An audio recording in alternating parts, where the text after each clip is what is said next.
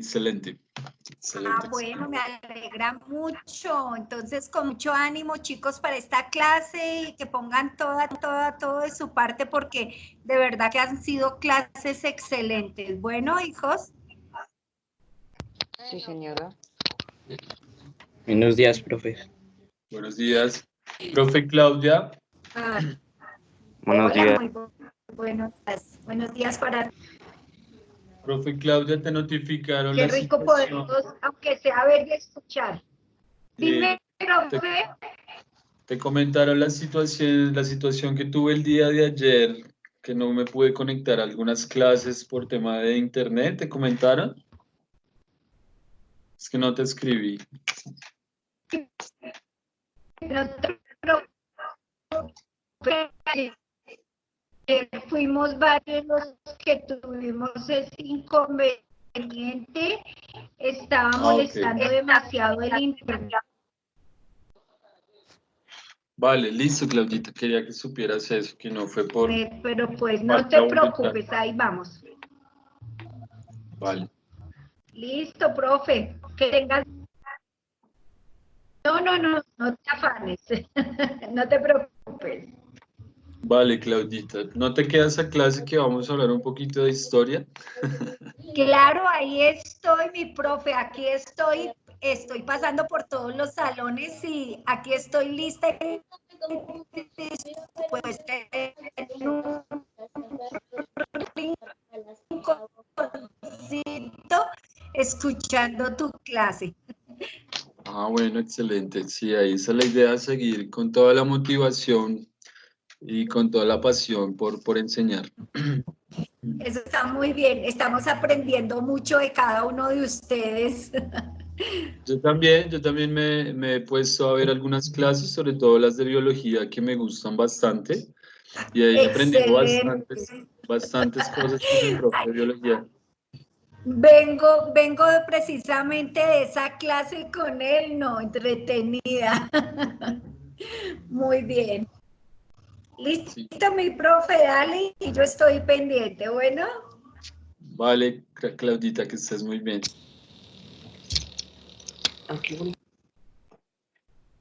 Listo, chicos. Muy buenos días para todos y todas. ¿Cómo les ha ido? Buenos días, profe. Buenos días, profe. Buenos días, profe. Buenos días para todos. Excelente. Me alegra mucho escucharlos. Chicos, ¿quién ya vio, así de manera juiciosa y autónoma, quién ya vio la clase de ayer que yo les dejé el video? Yo, profe. Yo, profe. Listo, excelente. O sea, no el video de Napoleón de los 5 minutos, sino la clase como tal, que fue con octavo B. Ay, no, profe, es que, o sea, literal, Microsoft Teams, o sea, se me está abriendo la aplicación muy loca, entonces no me deja como, o sea, entrar. O sea, sí me deja entrar, pero muy pocas veces.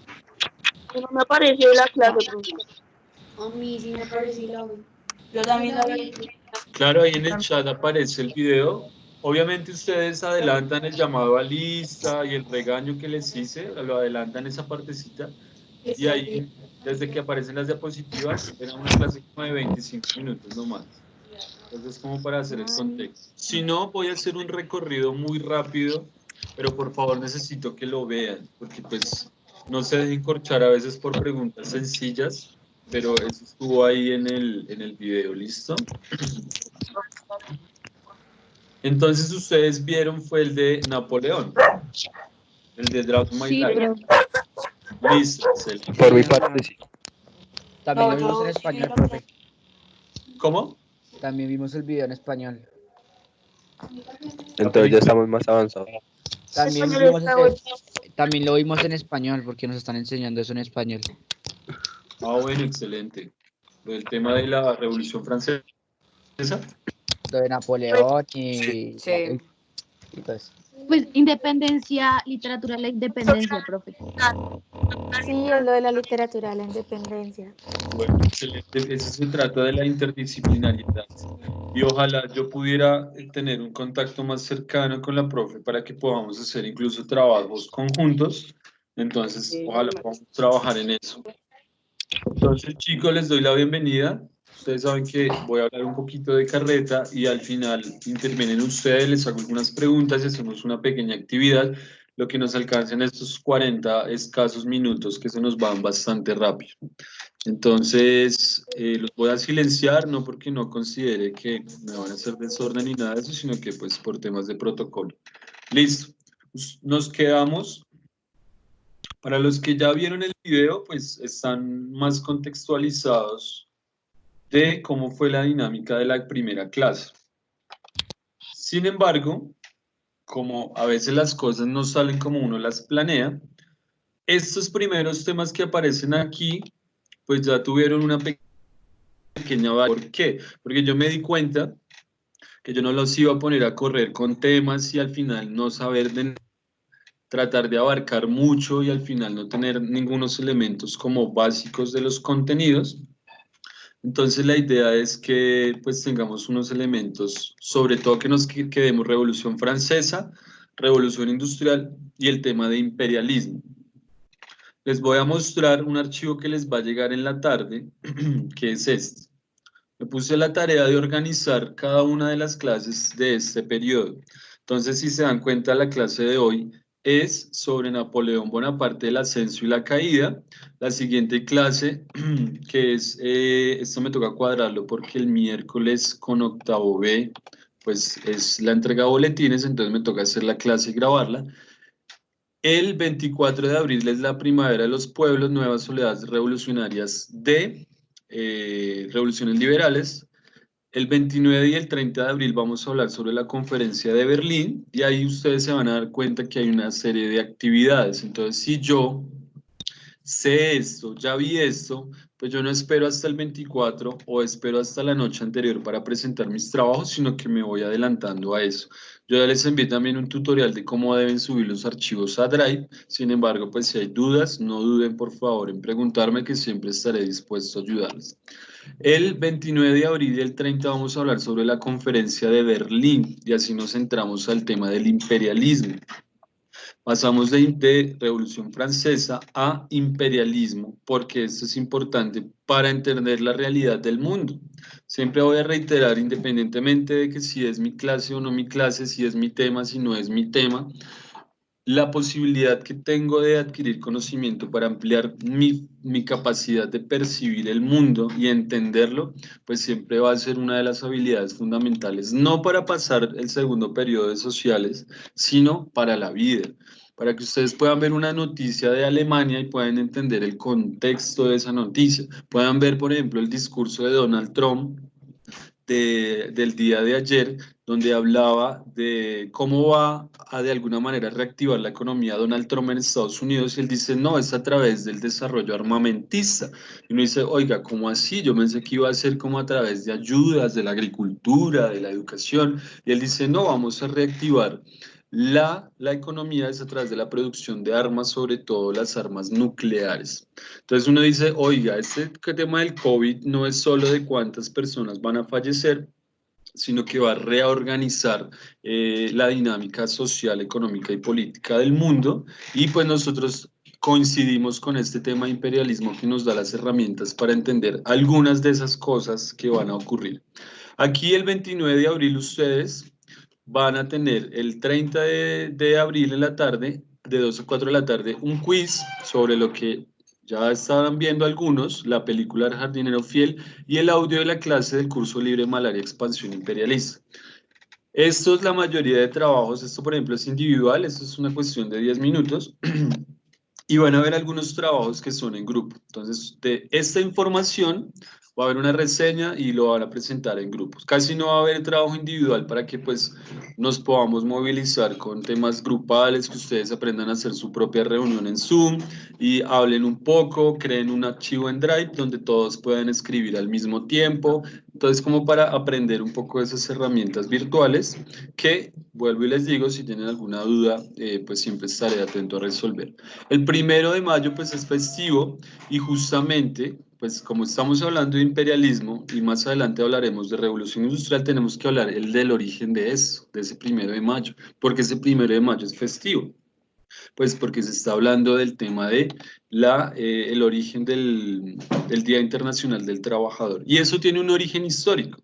Entonces, no es solo, ay, qué chévere es festivo, sino por qué ese día la gente sale a marchar, las centrales obreras, los ambientalistas, los defensores del medio ambiente, los defensores de derechos humanos salen a marchar. Esto tiene un origen justamente en las ideas de la Revolución Francesa, en las ideas sobre el socialismo y sobre todo el imperialismo.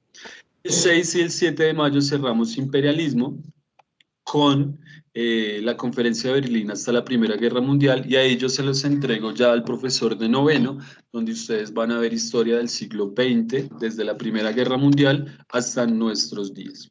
El 8 de mayo vamos a, como yo les había dicho, vamos a dedicar algunos días, entonces ese día hay una tarea, vamos a analizar unas historietas.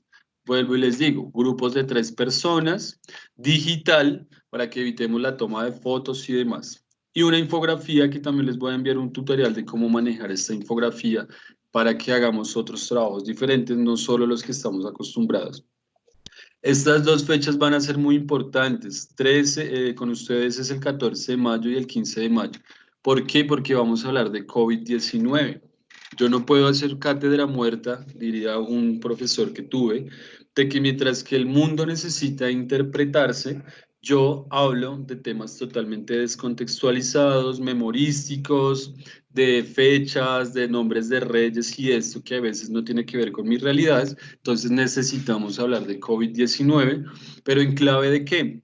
De los problemas de la salud pública que se están presentando, de cómo se está viviendo en la ciudad, en la ruralidad y en la urbanidad. Entonces, algunos debates sobre eso. La segunda clase, que es el cierre de lo que se viene, una crisis financiera, un tema de endeudamiento, una guerra armamentista y los nuevos pobres, porque después de ese proceso, pues ustedes saben, la economía también tembló un poco o está temblando, y muchos de los países se están endeudando para poder subsanar las deudas de lo que está dejando el COVID. Entonces, es importante entender todo esto en la dinámica de la geopolítica del mundo.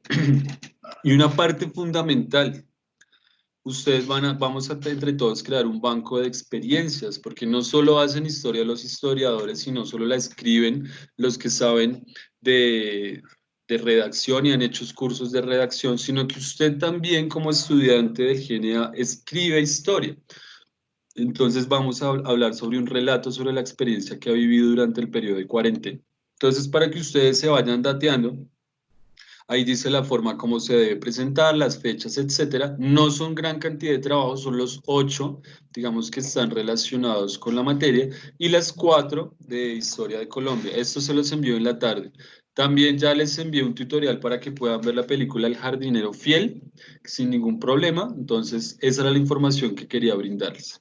Cualquier duda, ahí también está el grupo que podemos seguir interactuando. Listo. Los que ya vieron, rápidamente, hago un escaneo rápido de eso. Inicio con obras de arte, porque de hecho uno de los trabajos que ustedes tienen que hacer en grupo es analizar unas obras de arte.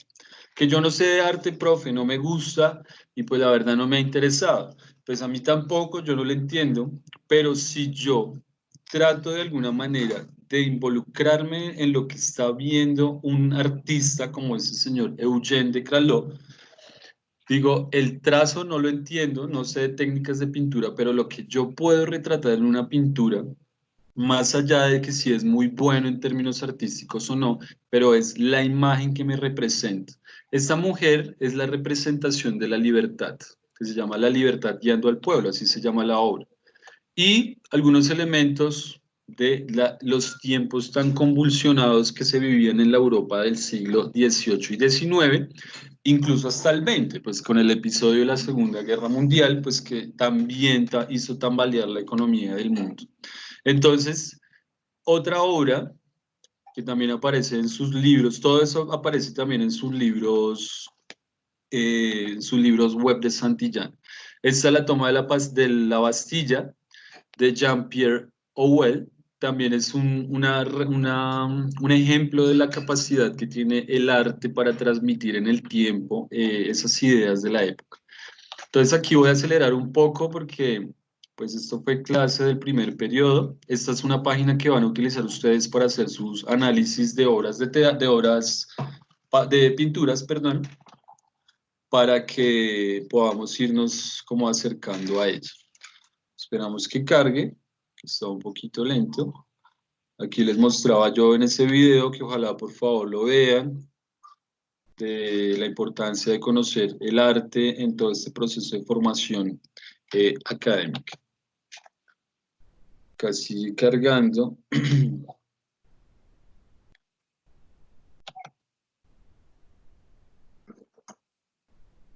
Entonces, íbamos a la Revolución Francesa. Esta es una infografía de Octavo B, creo que esta es de ustedes. Por favor, si está la autora de esa infografía aquí, por favor, hacerse público para darle su merecido reconocimiento, porque básicamente... Profe, eso es mío. ¿De quién? Juanita.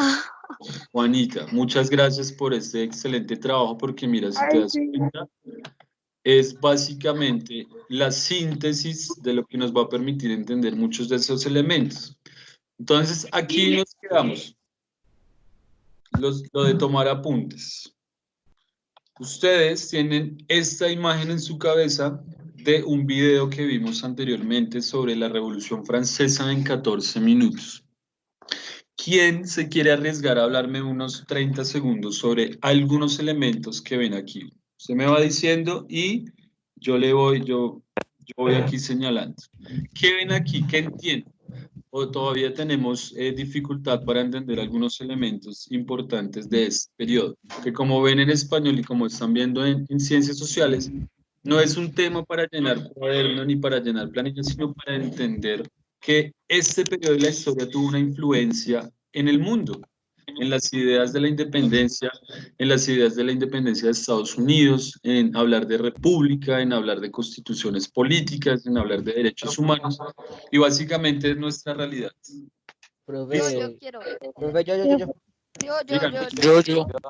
¿Quién mira. dijo yo primero? ahí se ve reflejada la burguesía. No, voy yo. No, déjeme a mí. No, yo quiero. Yo necesito pasar el año, usted no. Yo también. Ay, no, Chimbum, papá. Listo, ¿quién dijo yo? ¿Tautio? Yo dije yo. Bueno, Hágale, hablé cualquiera. primero. No, déjeme a mí. Por eso. Hágale, Tautio. Mira, ahí clave de ese video se veía la burguesía. Sí. Que la burguesía era una clase baja del triángulo, pero pues esa gente se convirtió en comerciantes, entonces pues vivían a los alrededores del alto clero y de la nobleza, por lo que, o sea, era gente con bastante dinero que incluso pues llegaban a hacer comercios con el alto clero. Sí, claro, Pero esa gente va a empezar a tener mucha influencia política. Siga. seguían seguían para la nobleza y el alto clero seguían siendo gente de baja, o sea, del triángulo baja, que no eran tan importantes. Voy yo. Listo. Esta imagen para ustedes, ¿qué significa? Dice reuniones realizadas en las casas de gente adinerada. Esto, ¿cómo lo entienden ustedes? ¿O qué se acuerdan de eso? Reuniones. Profe, ¿puedo hablar yo? ¿Sí? ¿Quién es? Lesman, es que creo que se reunían como los más ricos para debatir sobre el hambre que se estaba viviendo en el pueblo. Sí, no. Sí se tocaban esos temas, pero sobre todo esta gente era la que aquí en sus cabecitas llevaba las ideas de la ilustración. Entonces se reunían en casas de algún tipo elegante como este a decir, oiga, vea, acabé de adquirir la última enciclopedia, la versión número 22 de Diderot, de su primera enciclopedia, y aquí aparece un nuevo artículo sobre algún otro tema. Y esa gente pues se ponía a hablar sobre esos temas. Entonces ellos decían, oiga, nosotros somos los ilustrados, tenemos las nuevas ideas, ¿cómo así que todavía hay un señor pensando que es el centro del universo? Porque este señor Luis XVI se hacía llamar el Rey Sol, porque decía que todo el universo giraba alrededor de él. Entonces era el palacio, él se encontraba en el Palacio de Versalles y era un rey absolutamente déspota y que le gustaba bastante despilfarrar el dinero. Entonces esta gente fue la que empezó a impulsar esas ideas de la Revolución Francesa. ¿Quién me quiere hablar de esto? Esto se llama el caldo de cultivo. Así como les gusta Profe, el yo quiero hablar, caldo por pero la mañana. Profe, de otra cosa que no sea esa imagen que usted dijo. Es que David me quitó la palabra. Dígalo, Hanna. Pues es que mire, acá yo veo muchas cosas porque digamos veo en la torre, veo pues lo que habíamos hablado que era sobre, eso era la torre de antes, ¿sí? Porque después como que los últimos pasaban a ser los primeros y así. Otra cosa que veo es el comienzo como de la ilustración, o Sí. fue cuando empezaron a escribir, pues que sí, se empezó a escribir en papel y todo eso. Otra que es la monarquía, que fue lo que más o menos los burgueses intentaron quitar, ¿no? Sí. Que porque se veía como un alto, pues muchas personas, como que solo una persona era la que se adueñaba como de todo, entonces querían como cambiar eso.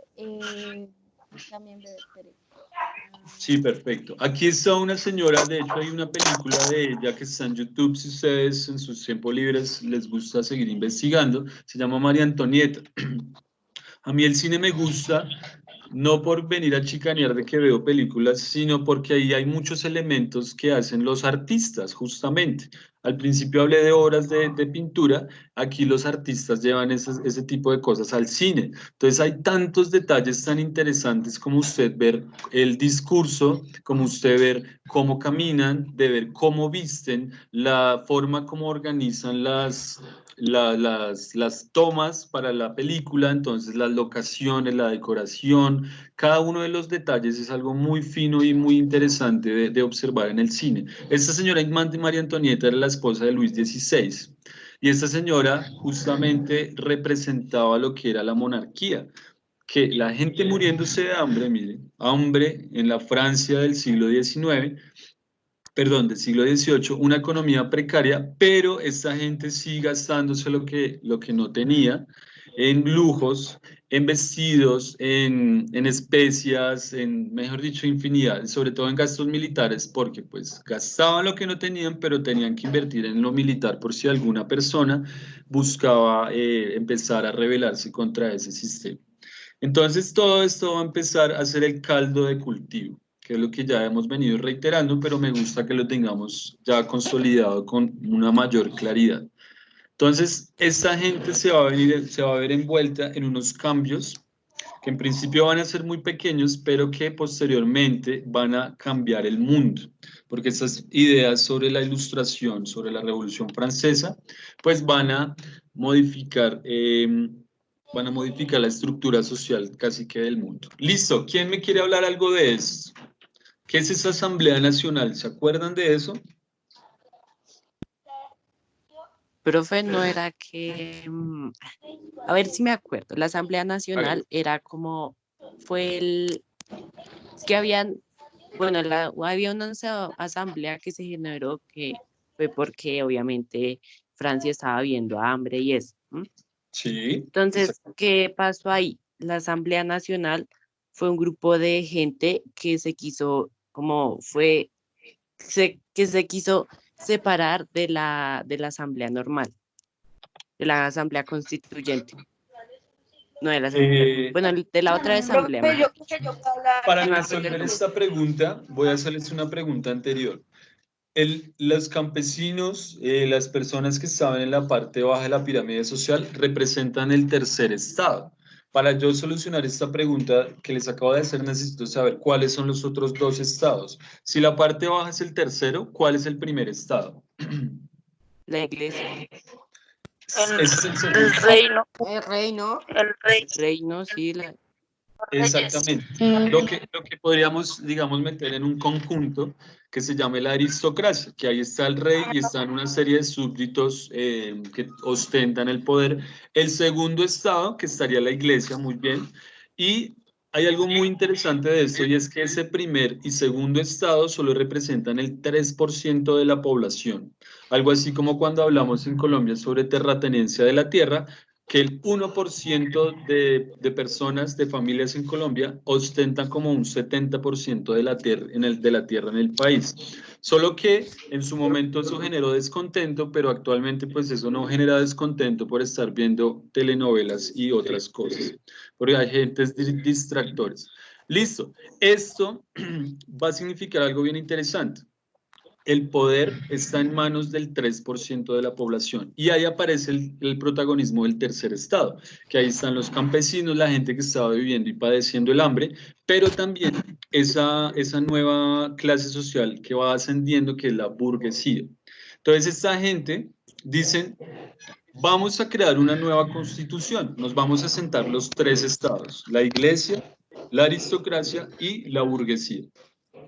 Y vamos a votar por el tipo de monarquía que vamos a construir. Entonces hay algo que se llama monarquía parlamentaria, que es la que de alguna manera tiene mayor participación y no solo el que toma las decisiones es el rey, sino que también tenga participación de los otros tres estados. Eso va a ser fundamental porque los primeros dos estados, claro, al verse amenazados van a decir, no, qué pena, pero ustedes me hacen el favor y se salen de acá porque los invitamos, pero tampoco es que vayamos a cambiar las vainas como están, sino que tiene que continuar la estructura y el poder radicado en el rey. Entonces dicen los burgueses, dicen, no señores, nosotros vamos a empezar a hacer fuerza.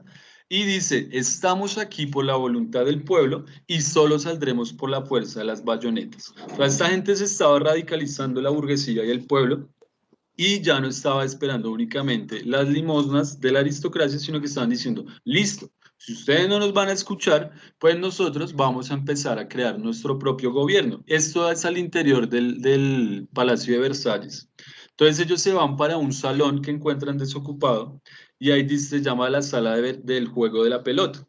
Entonces todo inició en la sala del juego de la pelota. Ahí se reunieron a decir, listo, si esta gente, el clero y el rey Luis XVI y su esposa María Antonieta no nos quieren escuchar, pues nosotros vamos a hacer las cosas a nuestro modo y vamos a crear una asamblea constituyente y vamos a empezar a hablar de esto, de esas relaciones. Señor. Como, o sea, para redactar, digamos, como una constitución. Exactamente. O sea, ellos van a empezar a hacer gobierno sin necesidad necesariamente de tener el poder. Así como... O sea, ellos tratan de organizar de otro modo la monarquía francesa. Exactamente. Incluso todavía la gente no está hablando de una supresión o una eliminación de la monarquía. Eso va después con Napoleón. Esto apenas es como yo critico el poder y yo también como burguesía necesito hacer parte del poder porque para eso ya he acumulado una riqueza que me permite tomar decisiones. Entonces van a empezar a crear esto. Entonces ellos dicen, claro, nosotros también controlamos un territorio, entonces aquí van a haber un control sobre la iglesia, va a haber una libertad de prensa, etcétera, etcétera. Esto va a ser el inicio de esa pugna por el poder en Francia. Continúo, me dicen si por favor voy muy rápido, muy acelerado, pero pues encuentro algo de pasión en este tema que me hace hablar un poco duro. Listo. Cuando me... Está perfecto. Listo. ¿Esta gente qué va a hacer? Se vieron cuando al principio dijeron, pues, los atendemos de las puertas hacia afuera, estos pobres, un poco sucios y desgalamidos, los atendemos de puertas hacia afuera, y esta gente adentro comiéndose los banquetes y ostentando y comprando armas y obras de arte que ustedes en su trabajo sobre análisis de arte van a poder hacer un viaje, una visita por el Palacio de Versalles. Pero se dan cuenta que no, se dan cuenta que ese pueblo y esa burguesía ya están tomando mucha fuerza y huyen del Palacio de Versalles y se van para París, al Palacio de Tullerías. Ahí ya hay todo un cambio porque el Palacio de Versalles, que era el centro político de Francia de la época, va a quedar en manos de la burguesía. Y ahí ya ellos van a decir, listo, ahora somos nosotros los que vamos a empezar a tomar decisiones. Esta gente... ¿Empieza la época del terror? Sí, sí, aquí esta gente trata de huir a Austria, si se dan cuenta acá aparece Austria, porque esta es la familia de María Antonieta. Esto era una cuestión de herencias, entonces los diferentes reinos era porque la nieta de tal persona se casó con tal, entonces unificaron reinos, y eso como lo veíamos desde el Renacimiento, se empezó a cuestionar eso. No debe ser la tierra, chicos, micrófonos por favor.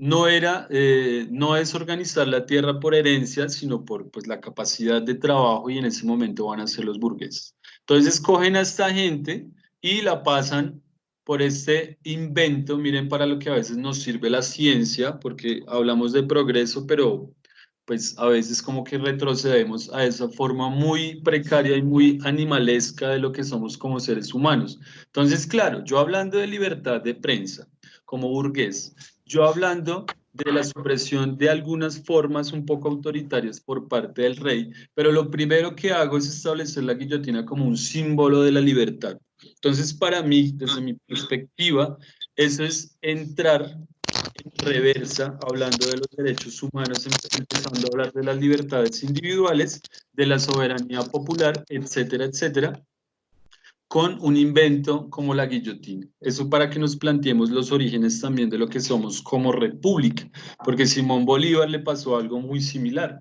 Simón Bolívar llega al poder y lo que hace es empezar a matar gente que estaba en contra de la construcción de la república. Si no, lean El Diciembre Negro de Pasto de 1923, que es gente en Pasto, gente humilde campesina que defendía y proclamaba la defensa todavía de la corona española, y Simón Bolívar, ni corto ni perezoso, pues mandó ejército para que los asesinaran. Obviamente eso no va a aparecer en un libro de historia, que cómo así que van a manchar el buen nombre de nuestro libertador. Pues el libertador también no trajo la guillotina, pero sí tenía bayonetas y tenía ya pólvora para poder silenciar a los que no estaban a favor de la independencia del país. Listo, continúo, chicos. Me dicen si por favor, Profe, muy rápido, los que se durmieron, por favor, avísenles allá a algún familiar que los despierte, por favor, para que puedan continuar. profe, yo tengo una pregunta. Dilas, todas las que quieras. O sea, lo que pasa, ahí no entra la toma de la Bastilla, o sea, en la parte anterior. Sí, sí, sí, sí. La toma de la Bastilla, todo esto es un periodo de cambios, o sea, es como ustedes estar en Bogotá y que cada día pase algo diferente. Entonces nombramos a un alcalde diferente y ese alcalde resulta que resultó ser un traidor y entonces lo asesinan y meten a otro, y ese otro tenía un tema de corrupción. O sea, es un tema de muchísima convulsión social y política de la época, y ese es el resultado. ¿Qué personas como Robespierre, que se autoproclaman como intelectuales, van a terminar siendo perseguidores? Ya pasamos de un reino del terror a un gran terror. Entonces, empezar a construir una Profe, democracia. Dígame. quizás un poco ajeno al tema. Dígalo, dígalo. Profe, digamos, en esa época hubo como muchos asesinatos, ¿cierto? Pero Sí. digamos, la mayoría que se saben importantes, por decirlo así, es de hombres, pero casi ninguno de mujeres. ¿Eso por qué? Porque las mujeres sí tuvieron participación, y ustedes lo hicieron en su taller del segundo periodo, sobre la redacción de la Declaración de los Derechos de la Mujer y la Ciudadana. Ahí hubo participación. En este video lo que pasa es que no me pude poner a pegar todas y cada una de las gráficas que aparecen, pero hay grupos de mujeres que también entran al Palacio de Versalles, asisten a la toma de la Bastilla, asisten a la toma del otro palacio, que se me va el nombre en este momento. Sí hay participación de mujeres, pero es un número menor. Eso es la explicación de que mueren menos, porque su participación es menor. Pero claro que las hay. En este proceso de la ilustración, tanto de la Europa como de Latinoamérica, ustedes saben que hay mujeres que participaron activamente en todos estos procesos. Y es importante resaltarlo, porque la historia oficial siempre va a tender a mostrar a los grandes próceres y no al papel importante, por ejemplo, de los esclavos, de las mujeres, de los niños, etcétera, etcétera. Por eso es que estos espacios nos deben permitir hablar de otros actores dentro de estos periodos de mucha convulsión.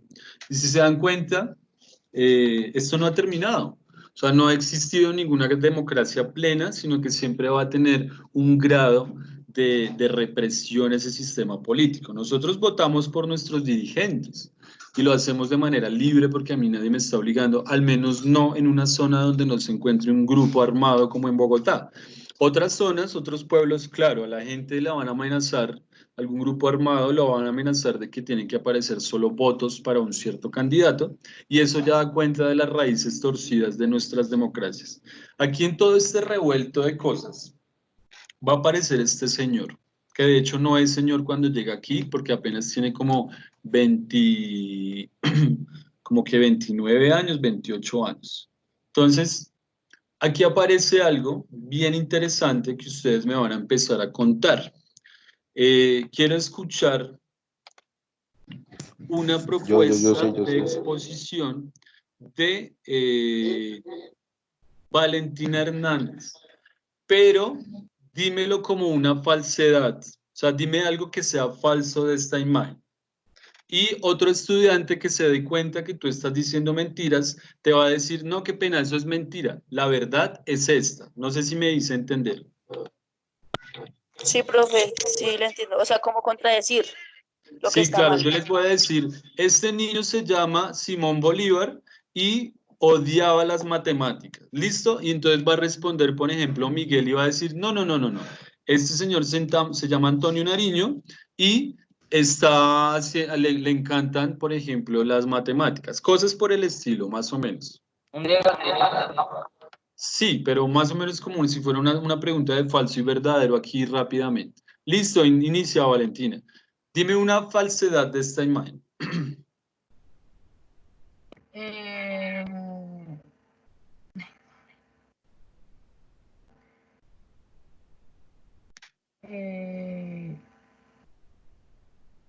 ¿Quién es él? Es mentira, ¿cierto, profe? Sí. Ese niño es Simón Bolívar y amaba las matemáticas. Bueno, la idea era no coger el mismo ejemplo mío, sino otro, pero vale. Listo. Profe. Eso es la verdad. Entonces el ejemplo lo hubiera dado yo. Listo. No, ¿Quién quiere decir la verdad? Yo quiero, profe. Napoleón Bonaparte, pero sí le gustaban las matemáticas. ¿Quién? Si le gustan las matemáticas, pero también lo hacía aprender matemáticas. Sí le gustaban las matemáticas, pero le caía muy mal el profesor. Sí, o tenía un carácter así bastante fuerte, por eso es que a mí me cae bien la gente que tiene un carácter y que de alguna manera lo hace a uno cuestionarse como profesor porque no los puede controlar, pero resulta que terminan siendo los más ilustrados en este caso. Aquí era un niño rebelde, acá debe tener unos 7 años, pero le encantaba estudiar, pero tenía una actitud bastante fuerte frente a los profesores. ¿Quién es esta persona? Díganme una mentira sobre ella. La tía. La abuela. Listo, es la abuela. ¿A qué se dedicaba esa abuela? A cultivar. Listo, la abuela se dedicaba a cultivar. Ahora, dime, Carol, ¿por qué eso es una mentira? ¿Por qué esa no es la abuela que se dedicaba al cultivo de alimentos? Dime, Carol, ¿por qué eso es mentira? ¿Quién es ella?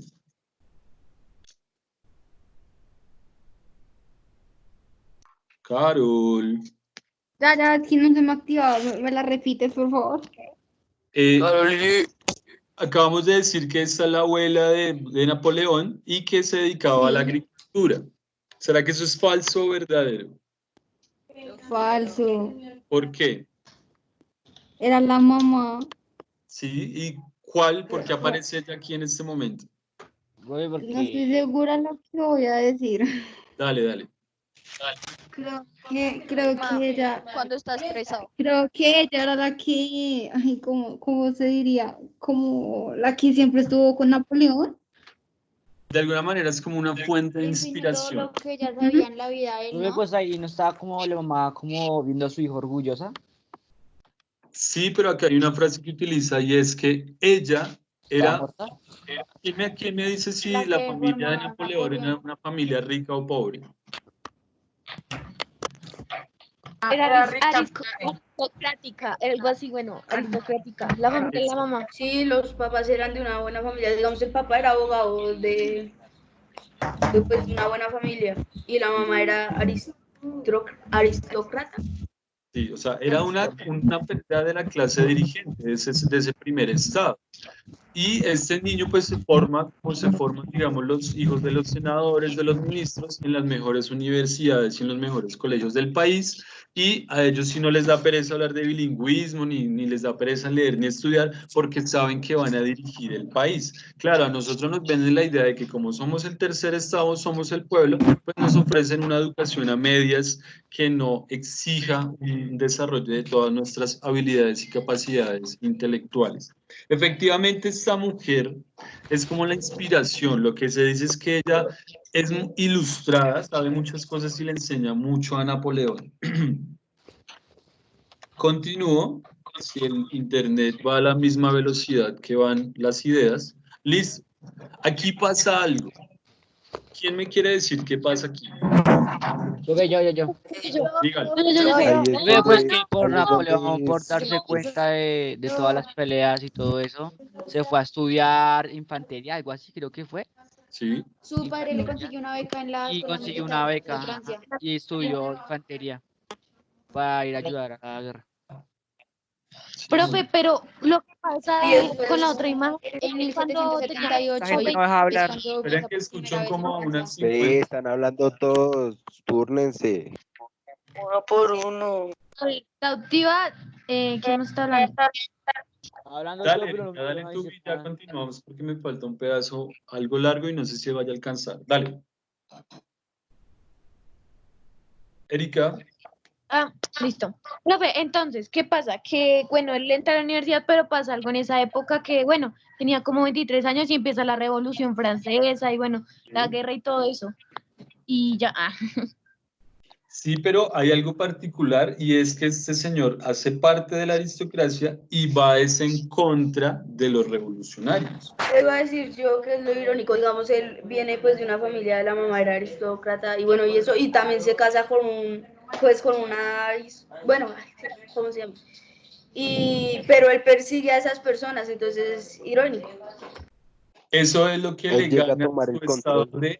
o su estatus de general. O sea, este es Napoleón y él no estaba de este lado defendiendo y luchando contra la monarquía de Luis XVI, sino que él defendió a Luis XVI y por eso es que se hace general. Lo que pasa es que este niño que le tiraba libros a su profesor de matemáticas es profundamente inteligente. Yo hubiera querido no hablar de Napoleón porque no me gusta hablar de esas historias oficiales, pero es que a mí me cautiva la idea que una persona tenga tal capacidad de inteligencia que puede llegar a transformar la Europa en sí misma. Entonces, este que nació siendo hijo de familias aristocráticas, claro, ve la oportunidad, asciende militarmente y después de eso, ¿cómo se llama esto?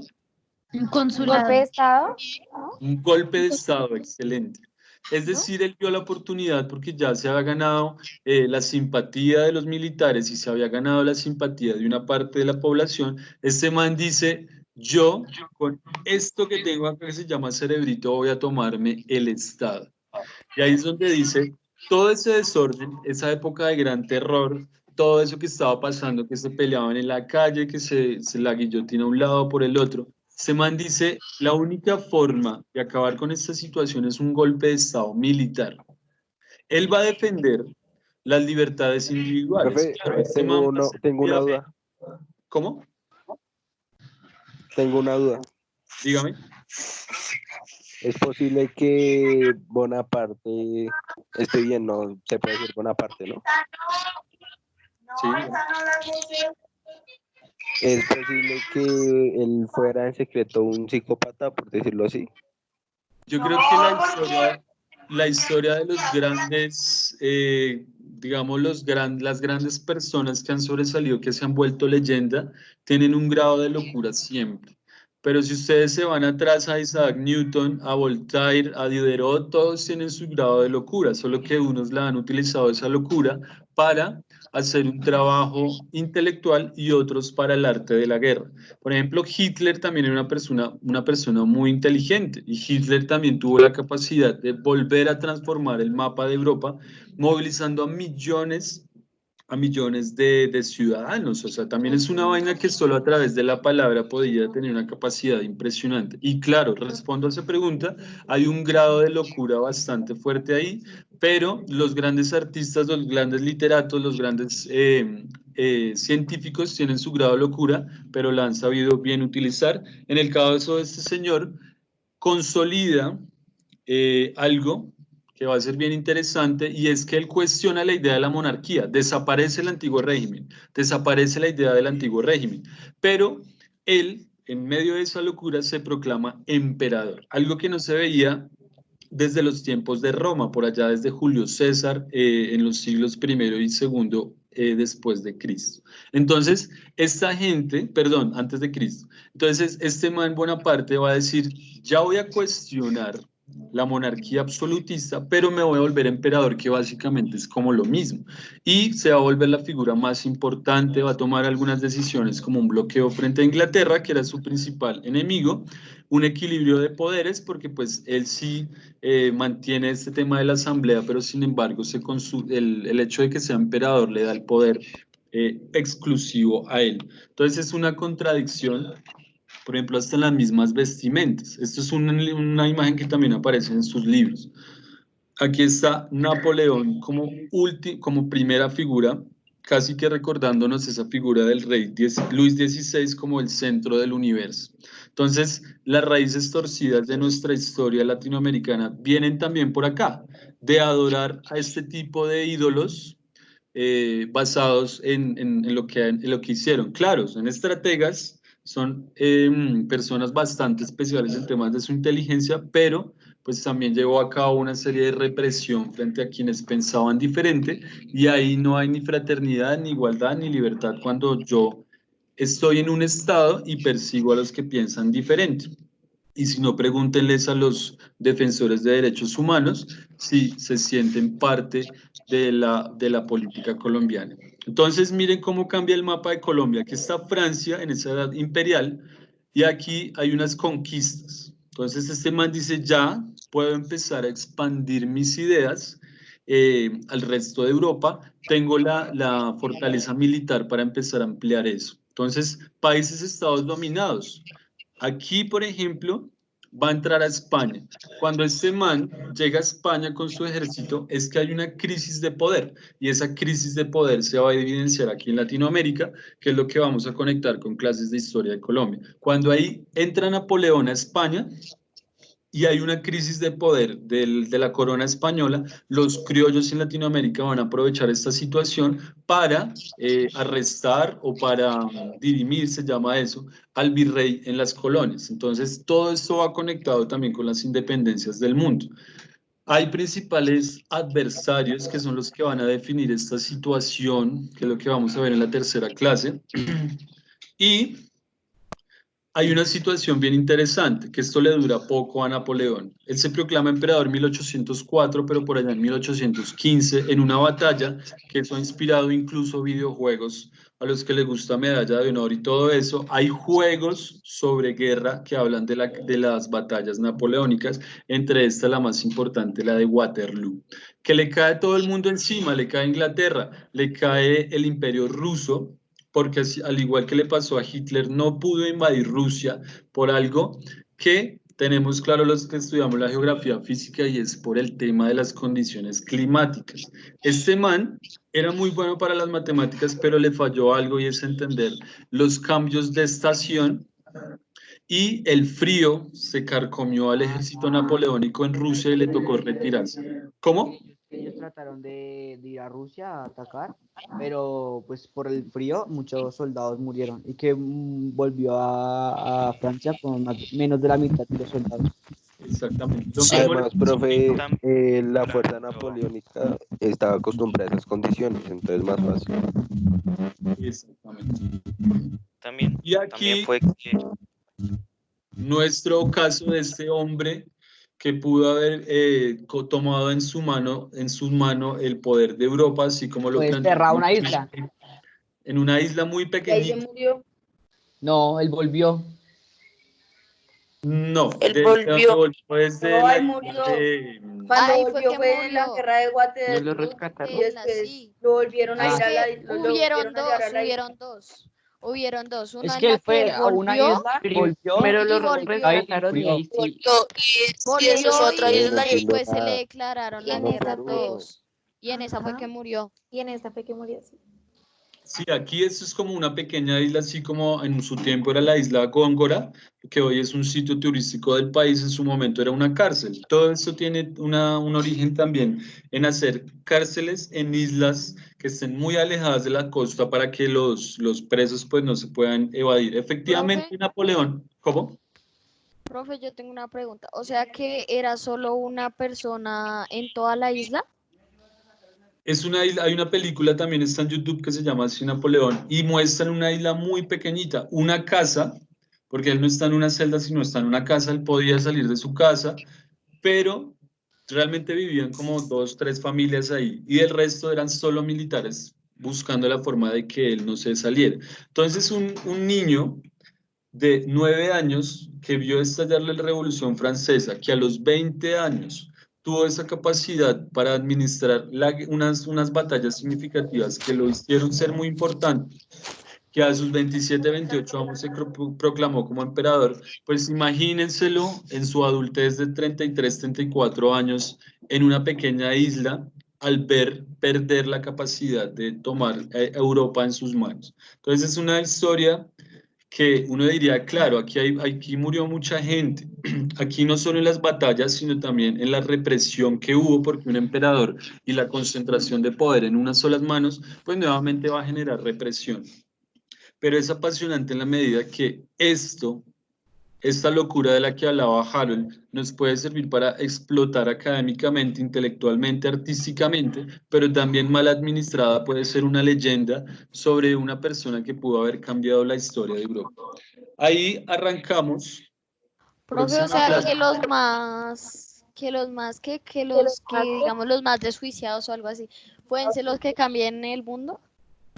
Pues revisen, por ejemplo, historias de un señor que inventó una energía que se llama Tesla. Ese señor nunca pudo estar en un salón de clases porque era el niño rebelde.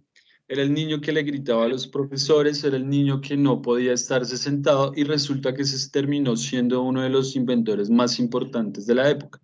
Isaac Newton, si no estoy mal, él tenía problemas de aprendizaje y los profesores le decían que era bruto porque no entendía, no sabía copiar y tenía una letra horrible. Y termina siendo uno de los intelectuales más importantes de nuestro tiempo. La próxima clase vamos a ver qué pasa después de la caída de Napoleón. Entonces, cierro con esta frase, dice, una sociedad culta que piensa por sí misma era la mejor manera de asegurar el fin del antiguo régimen. Una sociedad culta que piensa por sí misma era la mejor manera de asegurar el fin del antiguo régimen. Esto para cerrar diciendo que el antiguo régimen realmente nunca ha desaparecido, sino que esas formas de concentración y de poder las vamos a seguir percibiendo en nuestras realidades y en este sistema económico llamado capitalista. Entonces, iniciamos, no dejo, perdón, si hay actividad, ahorita les digo cuál es la tarea, pero péguense una leidita, un videito sobre el Congreso de Viena, que es el tema de la restauración, como Napoleón pierde, entonces vuelven nuevamente las monarquías absolutistas y ahí hay todo un cambio en la cultura y en la sociedad europea. Entonces, chicos, muchas gracias, espero que haya sido de su agrado. Dígame. Yo tengo, a ver, Napoleón era, o sea, pero es que Napoleón era como, ¿fue malo o fue bueno? O sea, es que yo quedé pensando, ¿sí? Es que, profe, ¿puedo decir algo? ¿Puedo decir algo, profe? Sí, claro. Es que Napoleón era como era un buen estudiante. Entonces le consiguieron una beca y pues él estudió, ¿cómo que fue lo que estudió? Una carrera militar. Sí. Infantería. Pues, sí, y pues él como era tan inteligente, pues creó las guerras y así derrotó a los Pero demás. es que la Erika, pregunta Yo Erika, creo que la pregunta Eso de que si Erika, era bueno o malo. pero yo digo por terminó eso, la siendo pregunta, malo. yo pienso que Que lo que dice Erika, pues ninguna de las dos, ¿no? Porque cuando era chiquito, digamos que era solo desjuiciado, sí, pero digamos que es que no solo los desjuiciados como que no son inteligentes, sí, son como los más inteligentes, solo que él era como alzadito. Y entonces, cuando grande, pues ya le pusieron como el tate quieto, entonces pues empezó a portar bien y pues ahí es donde sacó todo de sí, ¿entiendes? Yo respondo esa pregunta a manera de cierre, que me gusta hablar sobre ese tema de lo bueno y lo malo. Yo pienso que eso que es binario, que es lo bueno y lo malo, realmente tampoco existe. Así como no existe esa supremacía del hombre blanco, tampoco existe, sino que es una invención cultural, es una construcción social de las ideas. Y es que si yo fui parte del ejército de napoleónico, si yo me vi beneficiado, pues voy a decir que Napoleón fue muy bueno. Si yo, por ejemplo, que era un burgués que tenía que pagar altos impuestos que le tenía que pagar a Luis XVI, pero en la era napoleónica, pues él abolió eso, las relaciones feudales, y respetó la propiedad privada, pues yo voy a decir Bonaparte fue bueno. Pero si yo por el contrario estaba en el otro bando, en el que peleaba porque consideraba que el haber llegado al poder y el haber destruido el antiguo régimen no significó la supresión de las formas autoritarias, pues para mí fue malo. Si yo hago una lectura crítica, por ejemplo, de Simón Bolívar, voy a decir, claro, es nuestro mártir y hay estatuas por todo lado y hay que hablar de Simón Bolívar, él fue un hombre muy bueno. Pero si yo soy heredero de esa masacre, por ejemplo, del Diciembre Negro en Pasto, yo voy a decir, no, para mí Simón Bolívar fue una persona terriblemente cruel, como para que vayamos a ver. Eso es justamente lo que hacen los historiadores, por eso es que la historia no es neutral.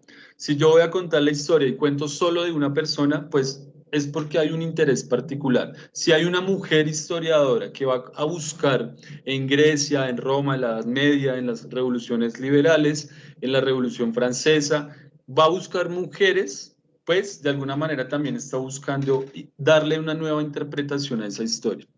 Entonces no hay ni buenos ni malos, sino hay unas formas muy distintas de interpretar esa historia. Chicos, no les quito más porque les quité incluso su tiempo de pausa activa.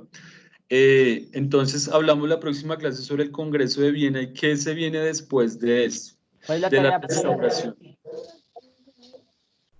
La tarea es sobre el diario, ya les subo aquí al chat el archivo que les di, que es van a escribir para el diario, es la única actividad del diario de este periodo, de resto va a ser todo virtual, porque pues no tiene sentido escribir y tomar fotos cuando podemos hacer trabajos virtuales. Entonces chicos, muchas gracias y no solo como profe de sociales, sino como director de grupo, ahí estoy siempre para escucharlos, ¿listo? Muchas gracias. Espera, antes de eso. Es que pues lo de la video de la clase, pues es verdad lo que decía Lesman, o sea, como que no aparece la clase, lo que tú grabaste. ¿Ustedes qué están viendo en este momento? ¿Están viendo lo de Teams? Sí, señor. Sí. Póngale cuidado, yo me voy aquí a equipos. Aquí está su canal. Aquí está Ciencias Sociales, que en este momento estamos realizando una llamada. Y yo se los puse ayer acá, mira, aquí está. Ah, mentiras, de hecho ese archivo ya está. Acá dice el video de la clase de hoy, que era de octavo del día de ayer, lo descargan. Ahí, descargar. Y más abajo aparece, revisen el video sobre Napoleón, que es el que vimos ahorita, el de Draw My Life. Y les envío esto, notas de sociales e historia, lo descarga y ahí aparecen las fechas y las tareas que tienen para este periodo. La mayoría... Profe. Dime. Yo tengo una pregunta, es que los profesores dicen, bueno, que graban y lo suben, pero digamos que uno va, a inglés y uno va a ver la grabación y no se puede abrir. Exactamente, entonces yo pues ya me enseñaron cómo y es que uno tiene que adjuntar el archivo acá. Por ejemplo, si yo estoy acá, aquí yo le doy adjuntar. Entonces ahí me va a decir cargue desde mi equipo y ahí yo voy a subir los videos. Si el profe no lo hace, pues es imposible ver el video porque ustedes no tienen acceso a eso sino nosotros, sino que tenemos que descargar el video y subirlo para que ustedes lo puedan ver así como aparece acá. Aquí este es el video de la clase miércoles de ayer y este es el archivo que les digo donde están sus notas de este periodo. Profe, Entonces, la primera tarea es en grupo, ¿cierto? la primera tarea, Profe, pero usted nos explica bien la tarea en el grupo pues, de WhatsApp que tenemos. Bueno, no la pues, para que pues podamos No, saber me bien fue por acá, es que yo ya no tengo WhatsApp, a mí se me dañó el celular. pero de todas maneras igual es muy sencillo. O sea, cualquier duda me preguntan ahí, yo estoy pendiente, ¿listo?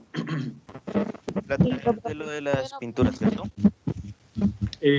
Sí, creo que primero es sobre las pinturas o es sobre el diario, que lo tienen que hacer a mano. Péguenle la revisadita y si no, pues charlamos ahorita después de la 1, porque hoy tengo clase de 8 a 1 seguido.